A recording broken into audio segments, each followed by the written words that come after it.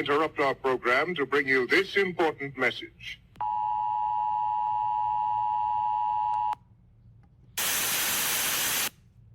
I'm back, bitches.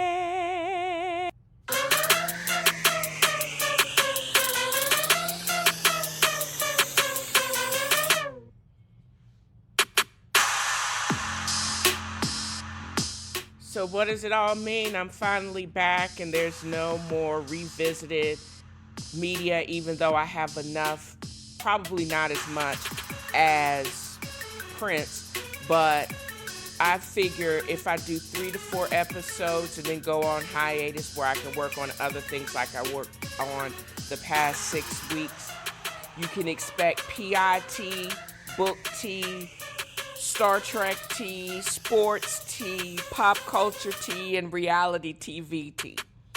And in between, you could also expect republishing and chair twerking because I have bad knees and feet.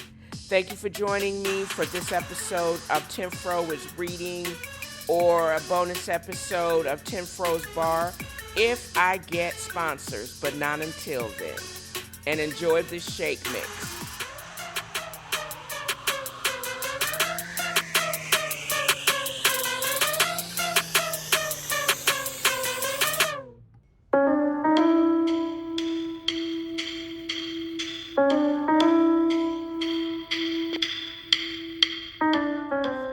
My apologies to Henry Mancini, but a riff on the Pink Panther theme is in alignment with a podcast segment dedicated to a fictional PI and all about true crime, or fictional crime in this case.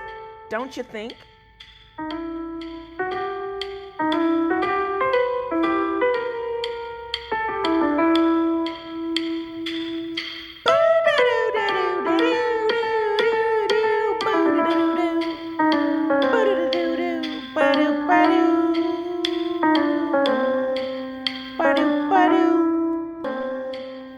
A scam is a scam.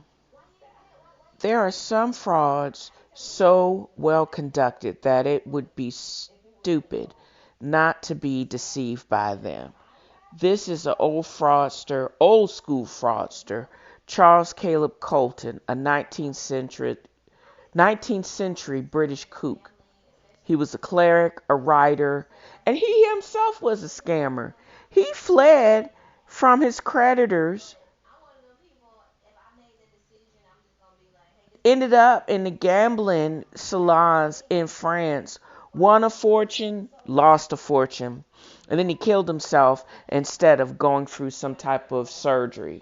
I don't know if I would want to go through surgery without antibiotics and clean, sterile technique in the 19th century. I record most of my podcasts kind of during the week or whenever I get the inspiration. This past week has been filled with lots of reports of fraud and well as P. Diddy. So here we go. On a Sunday, I read or mostly skimmed the New York Times, and I've said this in previous episodes. Many of the years have gone by when the old gray lady has been called or was called the single woman sports pages. That was the style section back in the day.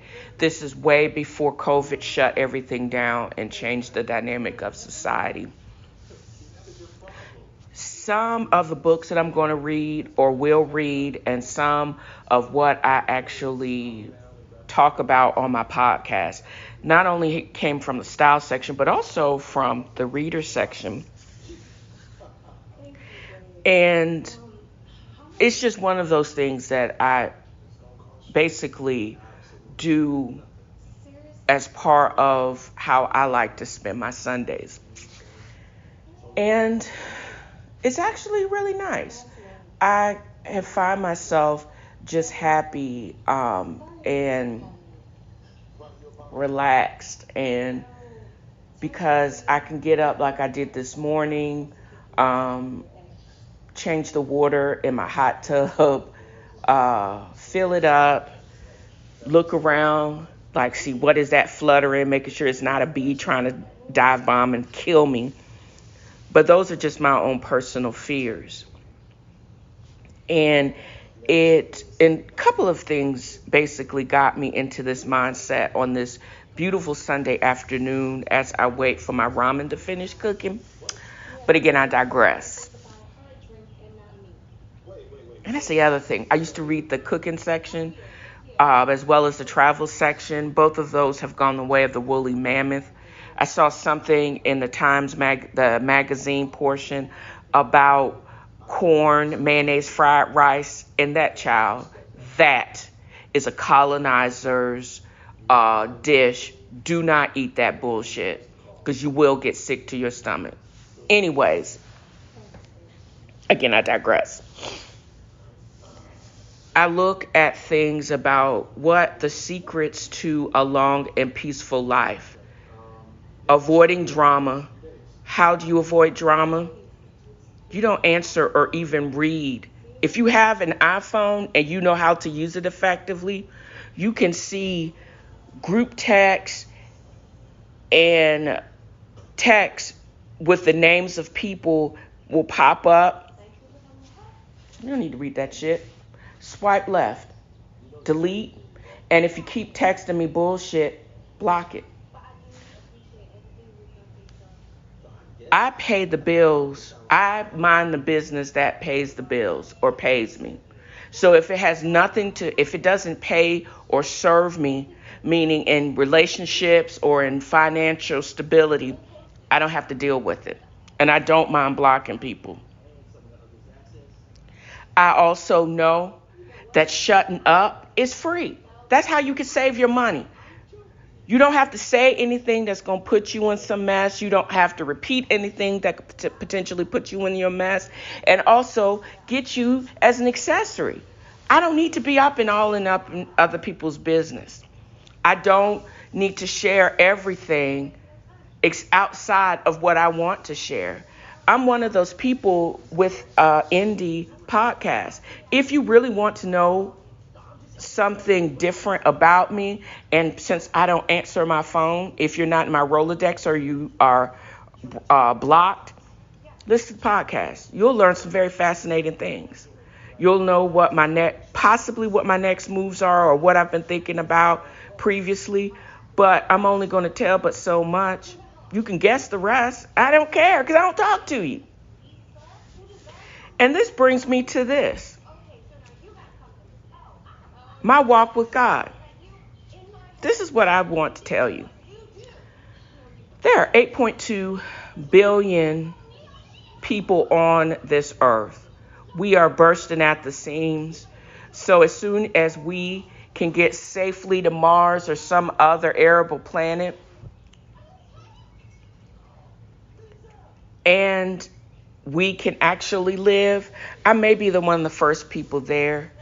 But I'm not really, because since I really don't leave my house all that much, I really don't see evidence of 8.2 billion people.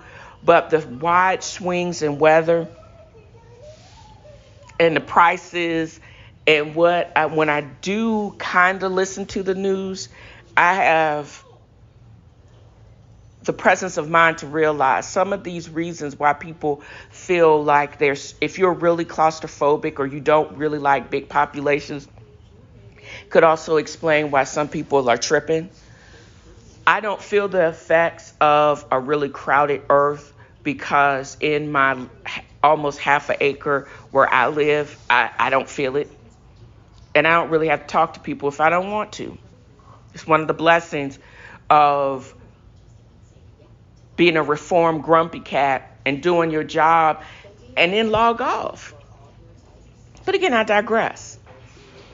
I also believe in ghosts. I believe in angels, for that matter, extraterrestrials. If y'all want to help us out and get me to your planet safely, I'm Gucci. Can't procreate unless you can get some of my genetics and combine them. I don't know. I'm with it. However, I also believe in God. I don't understand atheists or agnostics. You got to work too hard not to think that something in greater than us is always at work. I also am a firm believer that God speaks to us or he doesn't speak to us. I also think altering a course or a chain of events, although we are willing participants, we have choices, but I don't think those events would be present if there was not a higher being. I am not a complete literal believer in the Bible, but I do try to read the Bible and gain an understanding. I also believe that although God can speak to us and through us, he can choose not to speak to people either. Because there are 8.2 billion people on this earth. There are 8,199,999,999 other people he could speak to. I also believe even though somebody is a leader in a church, they can still be a trash human being. And God can speak through other people, but he does not need to speak through everybody in that church. I don't think everybody's led by God.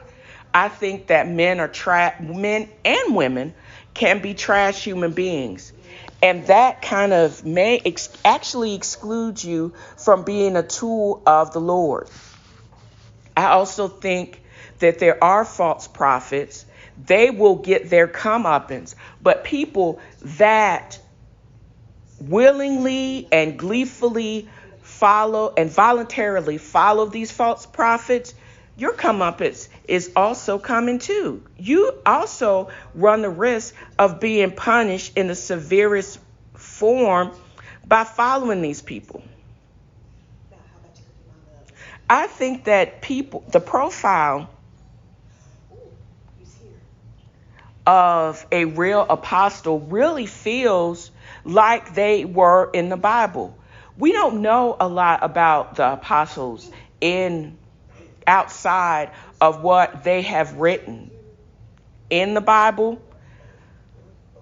But what we are presented with, these people, that what they have said is so divine and so spiritual, unperverted, because they are the truth. Currently, the Bible, let's back up. The Bible's a done deal. So any indoctrination or church rules are post-Bible and are automatically sus. Is it possible that people of today in 2024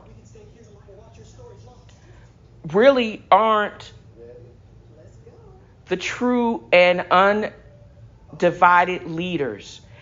Can I follow them blindly because they are trash?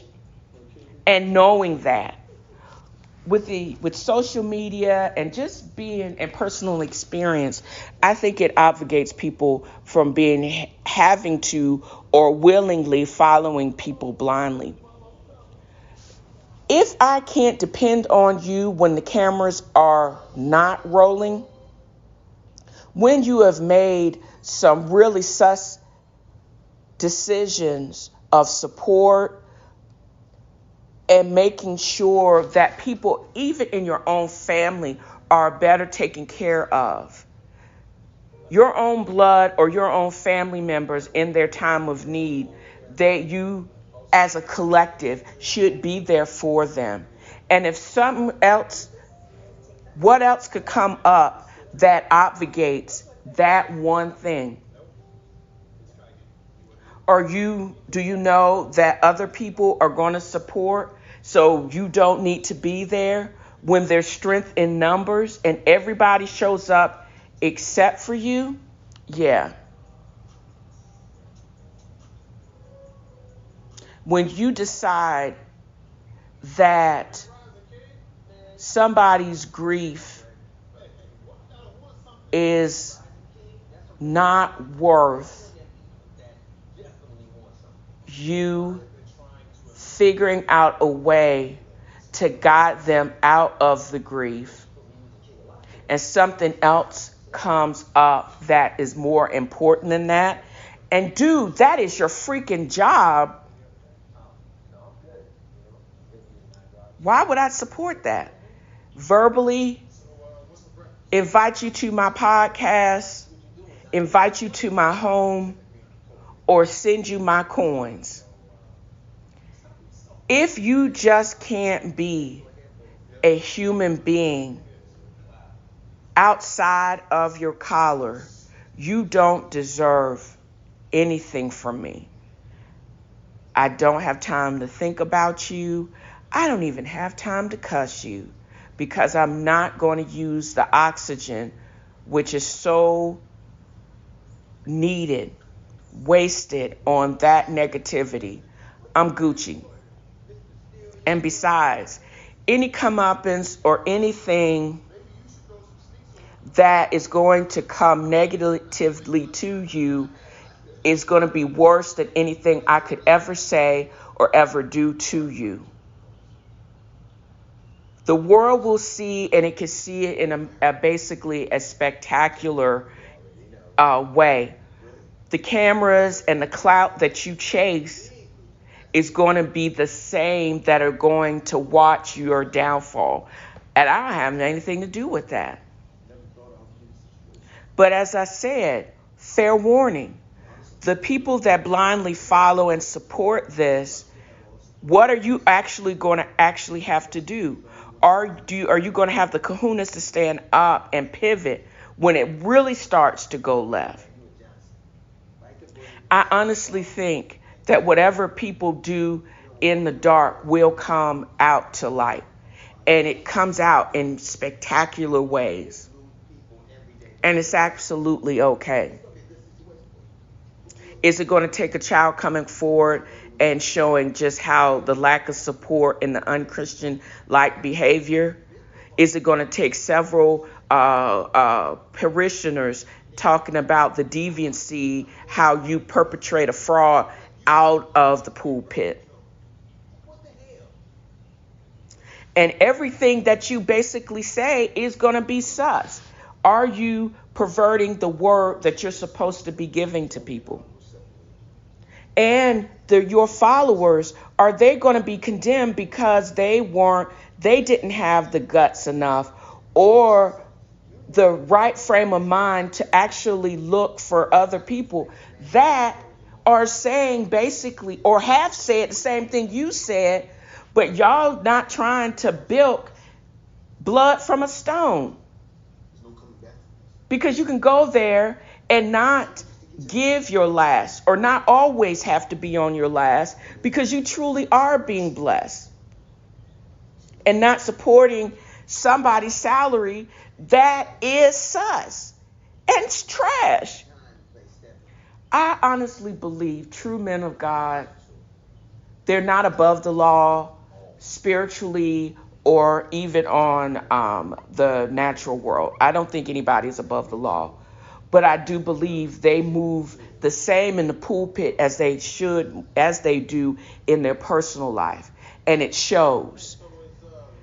But when you got inside knowledge on the lack of spirituality in somebody that's supposed to be a leader, you need to basically only check yourself and make sure that you truly are following the word and not supporting a pretext of spirituality and goodness. And that's all I said what I said. You got to also realize that your spiritual covering doesn't pretext or precede your being a member of a certain church or a certain religious text, because all of that stuff can get perverted and can actually be your slavery and hold you in a kind of a cycle of a really kind of an abusive relationship where they basically take and take and take, and you don't expect to get anything, but from an emotional, spiritual, religious standpoint, you should be getting the same thing on all levels. And if you don't, you move on. And you find a way to be able to live you can still be a good person and not belong to a certain religious sect or church. And that's the whole thing about it. Because it doesn't make a whole bunch of sense to me. And this is just on a practical, right? I'm not going to keep supporting somebody that's always suffering, because that's not what the whole pretext of. Y'all not reading the same Bible I am. God does reward good deeds, work, and you can work hard, but the struggle needs to come to an end. If you always on a struggle and it always seems like there's a scam, and when you are actually in need and they're just not there, yeah, that's an unhealthy relationship. And that's when I'm basically going to have to put you on pause or block you, because that relationship is no longer a benefit to me. And it's also, I'm not going to get caught up in some drama and pick up a stray when they actually start shooting. That's all I got to say about that. Be wary of the false prophet, and also be wary that you may catch the bullets or the strays. When them bullets start flying to that falsehood or that false prophet, you may get caught up in your blind support of them. There are no shields for that. Just saying. Lift every chair and swing till all them white folks scream. Thought y'all could run up on our black king. That is affectionately lift every chair and swing, right in time for the first anniversary of FAFFO Day, August 5th, known colloquially as the Alabama Broil or the Alabama Riverboat Broil. But as I said, it's officially the FAAFO Day. On this section of woke history, as I was stating in another part of the episode, I have been interested in fraud probably for a minute, and just in general. But I want to be a fraud buster because I'm fascinated by the business of people always trying to get over on somebody else, and just will look for any opportunity to skirt the system and get away with ish. And then law enforcement, again, the alphabet boys, y'all be cutting off y'all nose in spite of your face. That's what white supremacy and racism does. And this is not, it's the same thing that I read about a fraudulent female, Tasha Smith. There have been trillions of dollars lost in white collar crime. Tasha Smith took the banking industry for 40 million large while they were looking dead in her face. We had FBI investigators not believing her when she said she told them what she did. She ended up telling them what she did because they so much offended her. They said black people aren't smart enough. It's 2008 of all things. They still think we have low set ears and we can't be just as fraudulent as their colonizing asses. She basically said she figured out a way. This lady, and she actually has a book. She's known as the Prodigy. She has a book that just dropped And that's on the New York Times bestseller. Never saw me coming. How I outsmarted the FBI and the entire banking industry and pocketed 40 million large.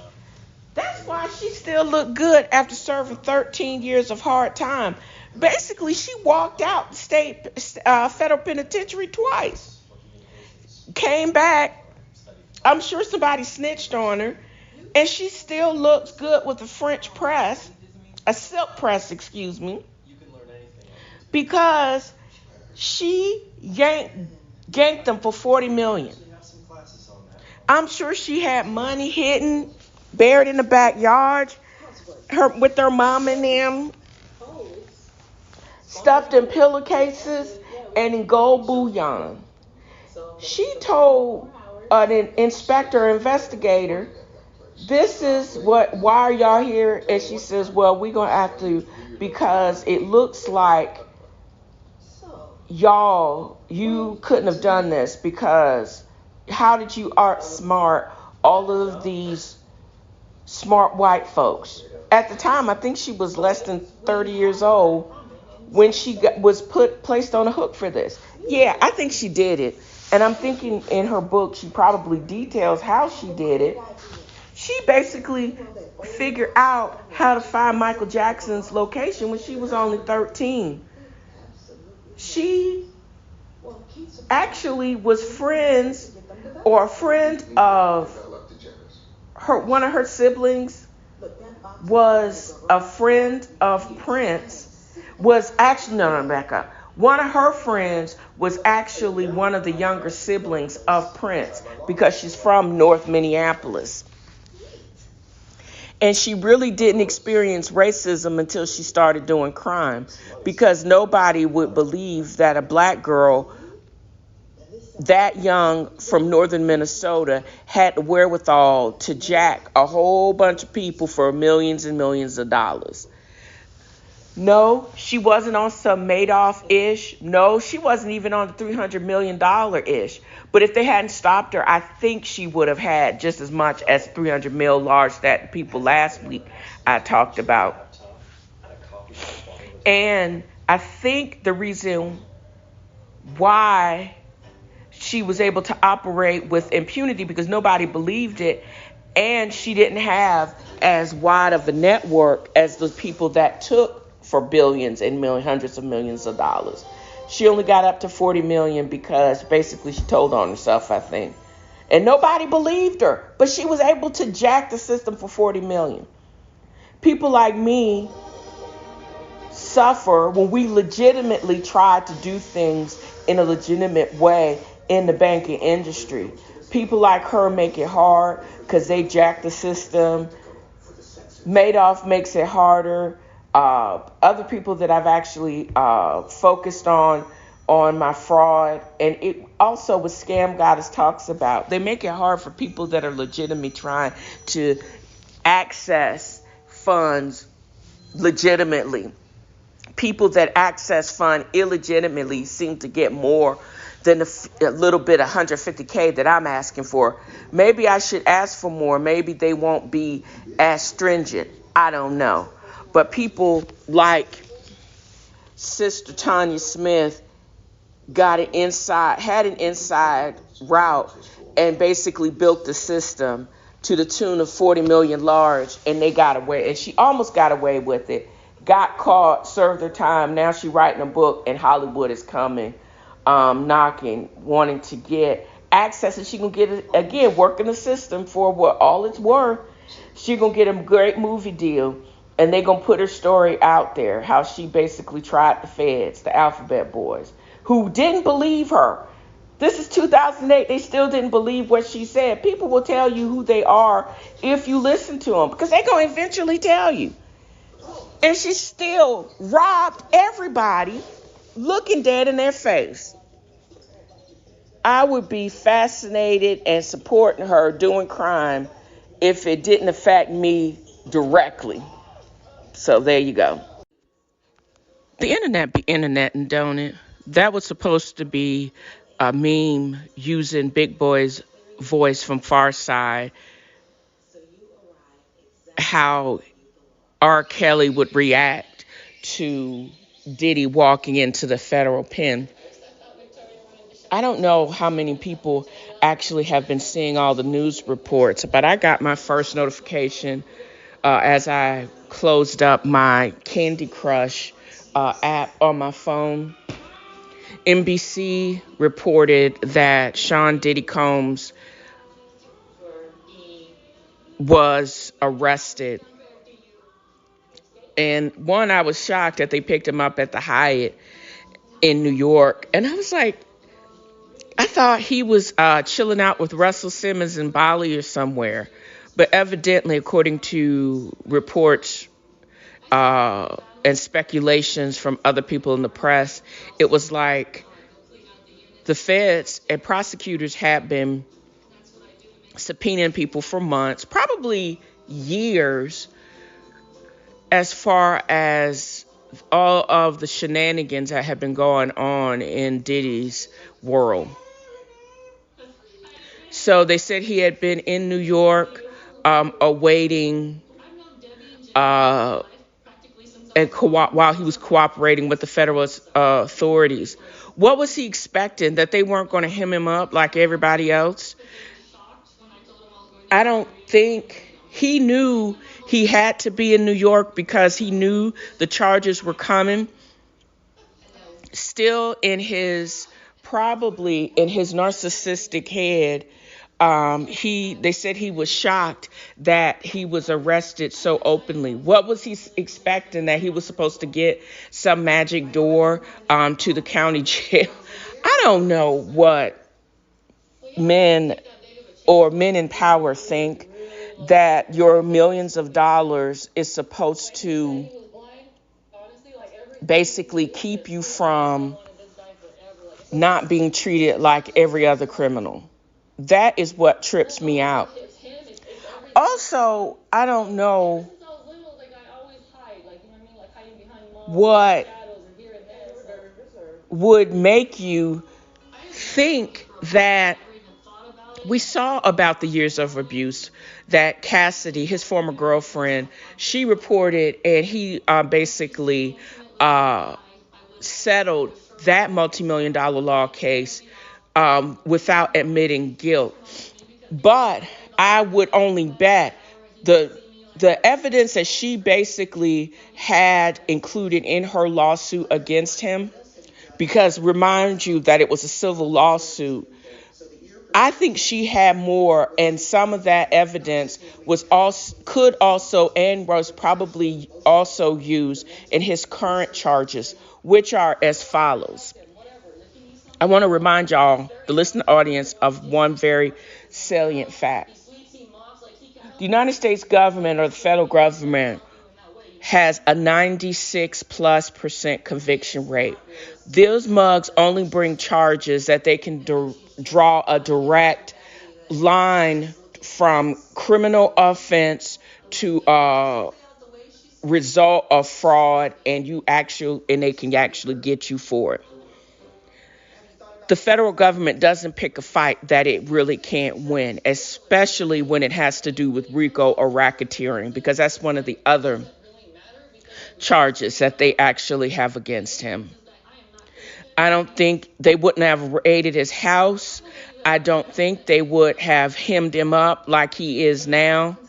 I don't think he would have made himself presentable and cooperated, because if they didn't say you don't show, you're not going to get the chance to go out of the United States like Russell Simmons, because they're going to get him too. So it's all going to be some of the best hip hop stars in the federal pen. And unless they take their recording equipment like they did, the guy that shot Meg Thee Stallion, we're going to probably continue to get releases of these mixtapes. But I digress. What are the charges that they got him on? The racketeering, the traveling for prostitution, the coercive and sexual abuse all of those things. And I'm like, this sounds very familiar.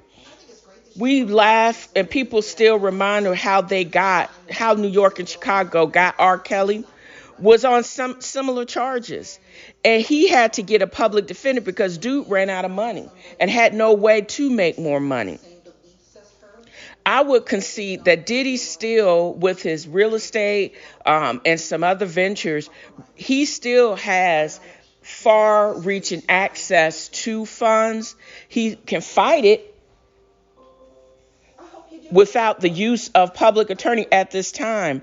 But I'm wondering, when is the money really going to file out? Because we're talking about years of prosecution. We're talking about, is he going to take a plea before this gets drawn out more and more and more? Because that's how they can boast a 96% conviction rate, because most people will cop to, but I don't know, because they basically reported just before I started recording that they're not dropping the charges. So this is probably going to be, you're going to plead to X, Y, and Z. We're going to either go to court and you're going to get even more time, or you plead to what we give you, and then you start serving your jail time. Between the sex trafficking, racketeering, and transportation for prosecution, we saw what was on the civil press. We saw in these civil courts. And he videotaped a lot of this stuff. And he probably got security footage from either Ring cameras, his house, or hotels that they thought went away, but they really didn't.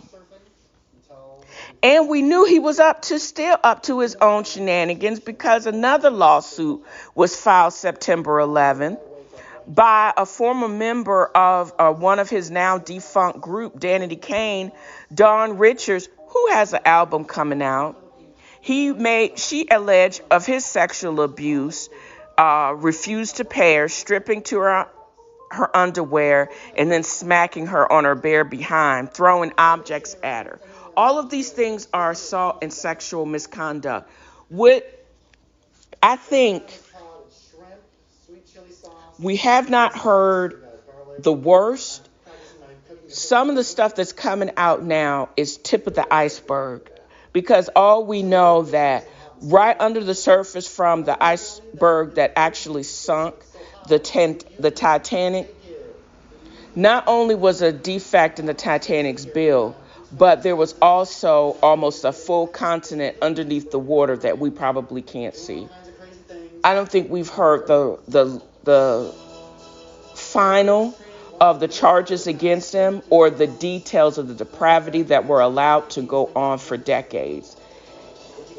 His lawyers basically put out this statement, said all he's been doing for the last 30 years is building his empire, loving his kids, etc., etc.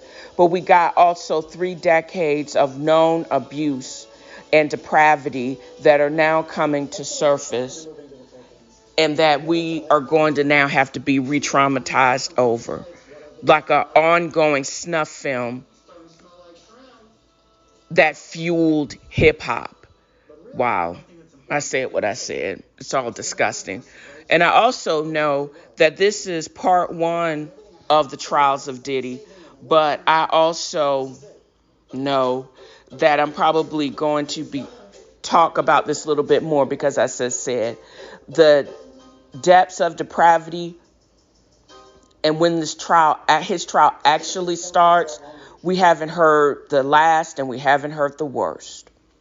Puffy, you going to jail. I know I'm going to have to cut myself off, because every day there's some new bullshit that's coming out about Sean P. Diddy Combs, his indictment.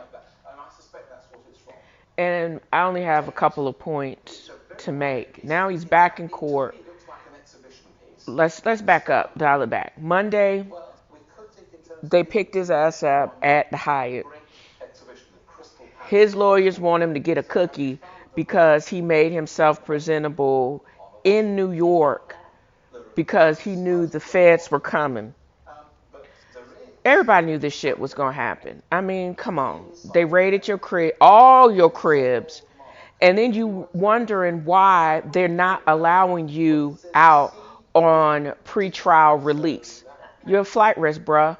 You still have your passport, and it don't really matter because you still have access to private jets and shit. You can sneak out the country because that's what everybody was concerned about. So do you want a cookie because you showed up in New York because they knew and you knew they were watching you and you knew if you had fled that would have definitely sealed your fate to flee the country? So you want them to remand you? You were trying to prevent remand, but when they did it remand you anyways because of your charges and your access to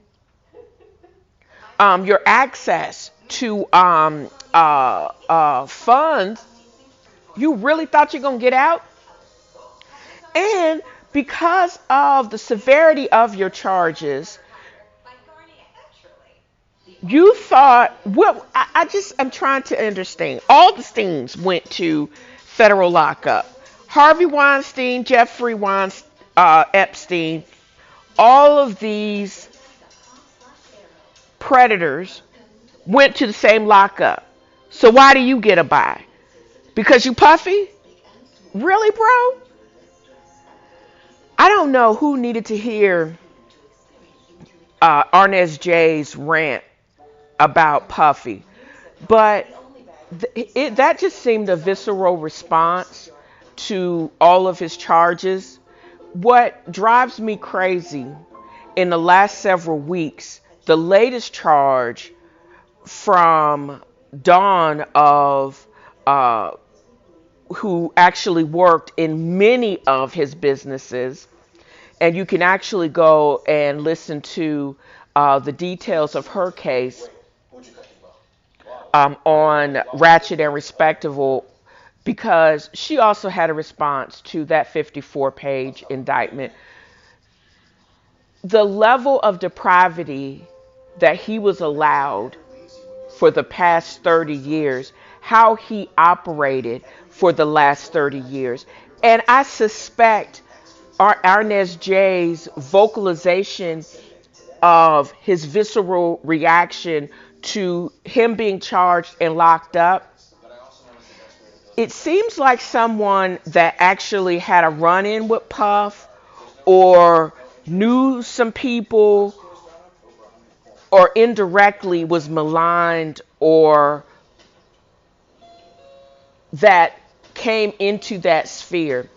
Because you cannot have this level of diabolicalness, operate crazy for 30 years and not catch a stray. You know what I'm saying? So some people that probably came up with Puff also acted like him or emulated him in their business dealings and got shafted.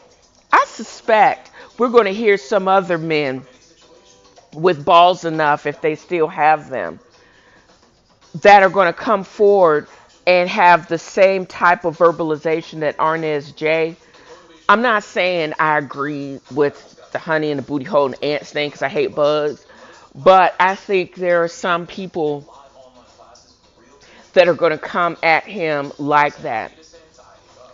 Not only because they sending him to jail, should they basically, he's going to need to be under some type of suicide watch, because I just got finished watching my serial killer show, and these multiple people, they tend to break and they end up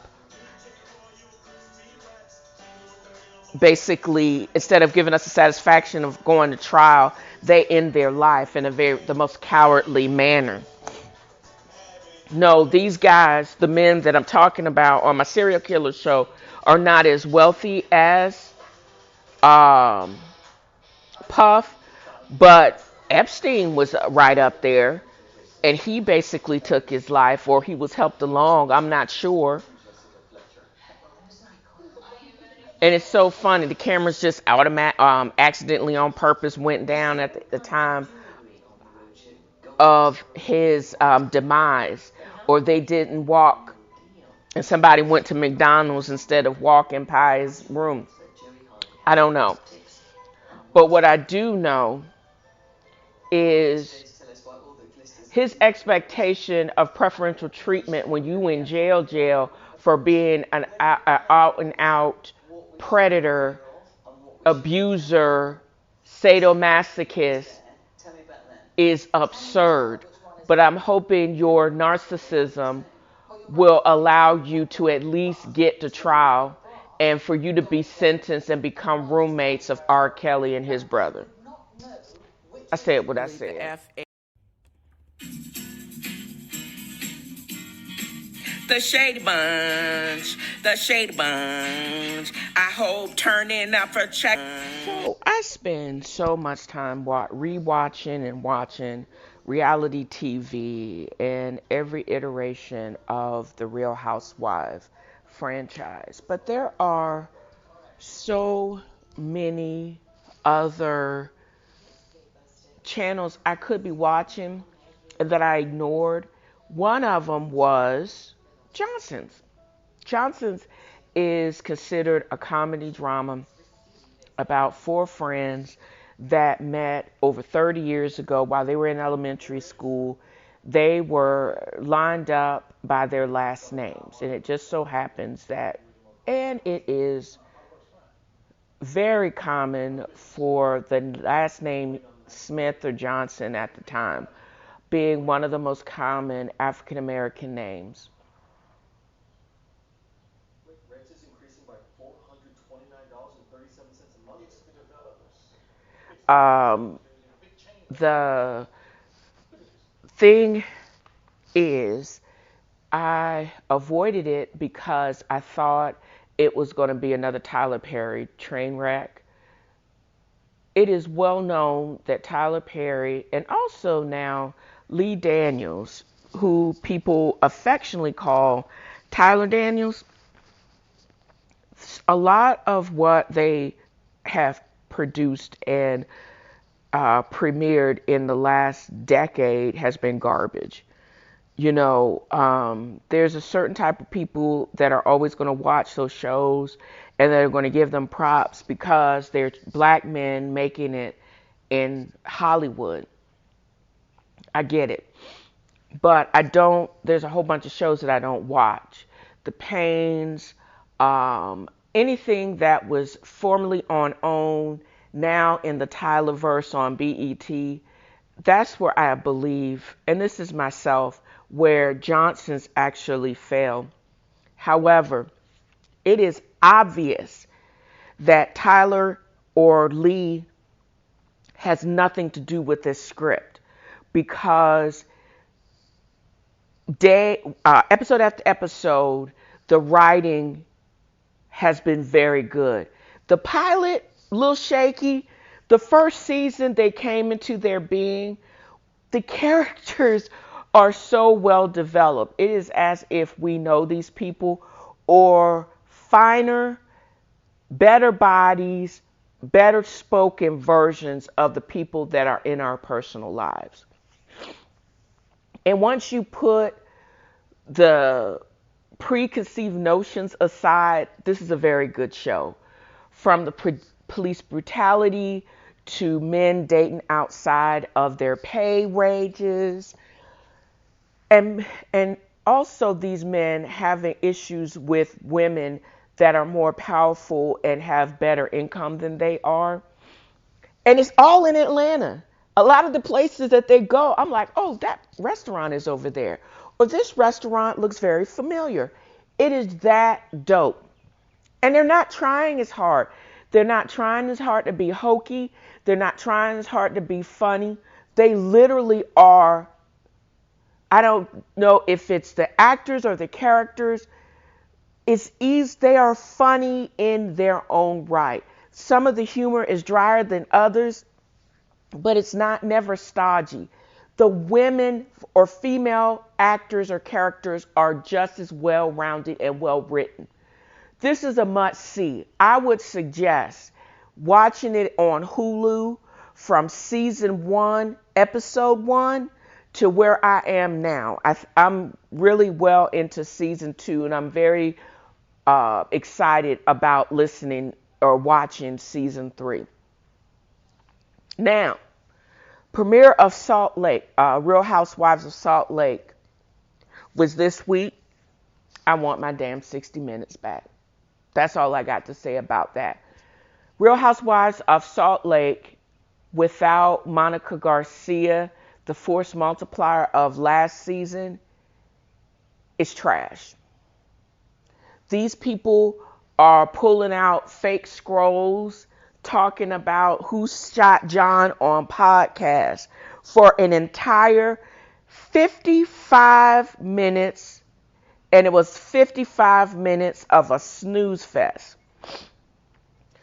The only person that may actually have something to say that's interesting is Bronwyn, and even though she was dressed up like a Looney Tune character, we didn't see enough of her story. All her story they spoke about, it would have been great to see. She's in her 30s. Her husband is in his 60s. She has a stepchild that's months, they the same age basically. They could be Irish twins, as so it's called. I want to see more of even Whitney and her dizzy behind. What has happened since she says she's not a practicing Mormon. I don't know if she's gotten excommunicated or she basically walked away from the church. Did they have to sue her or she had to sue them? That's something I would like to see. I don't want to see Heather's overdone face or even Lisa Barlow. I don't want to see any of them if they're not giving us real story. Or her son, is it one of the Lisas? Her son is actually on a mission down in Colombia.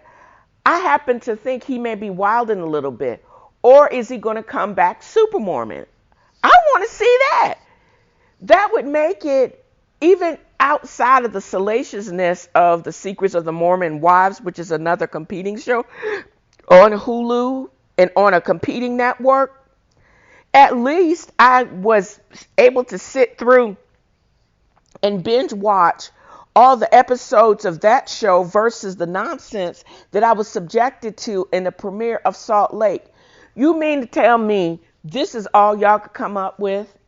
The biggest part of the show is when one of the Lisas asked Whitney to leave after they got into some fight again over an argument about what Whitney said on a podcast. Who cares? What is the reality? What got us is the real tea from last season. The Monica of it all, having an affair with her brother-in-law, her being potentially put on pause from the Mormon church, her issues with her mama taking the car back. Why is it that they didn't give us more about why the family in Bermuda is not talking to her? I think there's more story there. And as I said, I think there's more story about Bronwyn. We don't want to hear them talking about and doing these performances. I don't care about everything that somebody said wrong about Angie and she put it on a fake scroll. I don't want to see any more props. What are your real stories that y'all are willing to, if y'all going to clock in, y'all clock in that way. The Queen of Props is on a different franchise. That's on Atlanta with the great MF and Kenya Moore. We don't need to see any of this performative mess because I think the writing's going to be on a wall. People are going to get tired. Y'all ratings are going to drop if y'all keep giving us this. Ask Jersey and why they didn't even get a couple extra episodes in a reunion. If y'all continue with this level of BS, y'all are going to have where the network and Andy and them are going to say, we don't see any resolve, or they're going to say, it is so boring. Nobody is watching. All of our sponsors are leaving because nobody cares. I don't want to see y'all talking about this BS. Do you need to have the level of the Jen Shaw of it all? Do you have to have the level of it all? At least it's truthful and not performative of the, and she was actually her assistant at one time. That's the Monica Garcia of it all. That's what I want to. It would be really fun if she could be narrating and they have her coming back mid-season like a roach. But it would be funny and I would be here for it all. Because this, what I saw, just made me mad. And I have to rewatch OC again because I think Emily overreacted in her genes of it all. What in Heather Dubrow, what in the Heather Dubrow that you were going to think her underfed butt was ever going to admit to how it looked and the perception that you put the big girl, curvy girl in jeans because she couldn't see you wearing those ultra small clothes of that designer. Girl, you look better than all of them because all of them look skeletal. You actually are the only one that really looked good in everything that she actually put, that you were actually in. Why are you tripping? That's my thing. And if you couldn't see that, and why in the Heather Dubrow did you think that she was actually going to look beyond her narcissism to truly your feelings or how you would feel on things? Or she was going to blow you off like she's been blowing the Asian girl off all season. Okay, girl, fix your face, get a grip, and just realize who you're dealing with. She's a raging narcissist. She's underfed. She has her own feeding issues or eating issues. She's not going to know your struggle or be able to relate to it. You continue to go on and be curvy in the fabulousness that you are, and you wasting your blood pressure readings on some blasted Heather Dubrow is such a waste of time. And it's so low level. Y'all got other fish to fry because I believe y'all getting ready to catch some strays from the Ryan and not Gina, the Ryan and Jen of it all. And something is getting ready to go down with Shannon and her ex-boyfriend, because it seems like he could have been her enabler until his daughter's life was basically put in danger. But he's waited too long, or in this big buildup, it really is starting to be a little bit extortionary. It's starting to look that way. And also I want to see more because I don't think the Dos Amigas show is going to be anything without Tamra Judge. And I think it's going to be a big flop, but I want to see it flop. But Emily, get it together, girl, because I think they're going to need you and Shane's legal eagleness, because there's some stuff that's getting ready to go down. And I think the feds, as they're coming for Diddy, they coming for homeboy Ryan if he actually hasn't already been subpoenaed. So get it together, girl. You wearing jeans at a fashion show is going to be the least of this series and franchise's problems. I said what I said.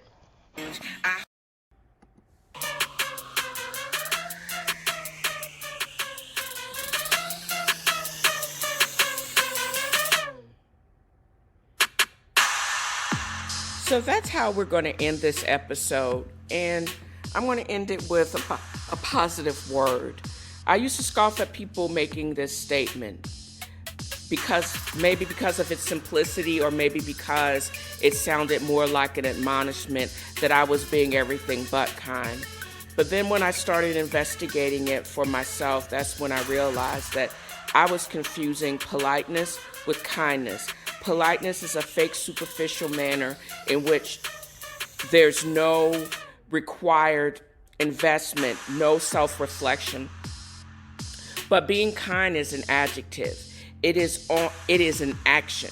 If you're kind to yourself first, it's like exercise memory. You will continue and be kind to others. Let that sit with you for a while. I'm going to try to be kind to myself. I'll be kind to others. It's very simple, and you got to repeat it. Lean into the spirit of a new year by counting your blessings, giving to others, and spreading happiness. I know I will. And this episode or this podcast is my means to spread joy and happiness and light and enlightenment. There's so much going on with aggression and just meanness. But if I can leave you with one small positive thought, start your day with that, that can change everything for you. And just basically change your day. Don't forget to check out Dale's Angels Inc. for the notes on this podcast, as well as other works by CQM that are, and other contributors that are in work or in being edited right now. Also, check out my Instagram feed, TNFro is Reading. You can check me out on Facebook, TNFro is Reading Book Club, as well as my YouTube channel, TNFro is Reading and Eating. And what I'm just chatting and streaming at TV Food Wine Girl on Twitter. Navigate to Writer's Block Coffee or shipabagadicks.com. Use my promo code TNFro Coffee or TNFro Got Jokes respectively to get a percentage off of your order. Don't forget to drop me a line at TNFroisreading@gmail.com. All non-trolling messages may be actually read online, and you can do the same if you are in Podbean or Anchor or wherever you listen to the podcast. And again, shedding light and positivity. And I hope you guys enjoyed this episode as much as I've enjoyed creating it. Until next time, bye.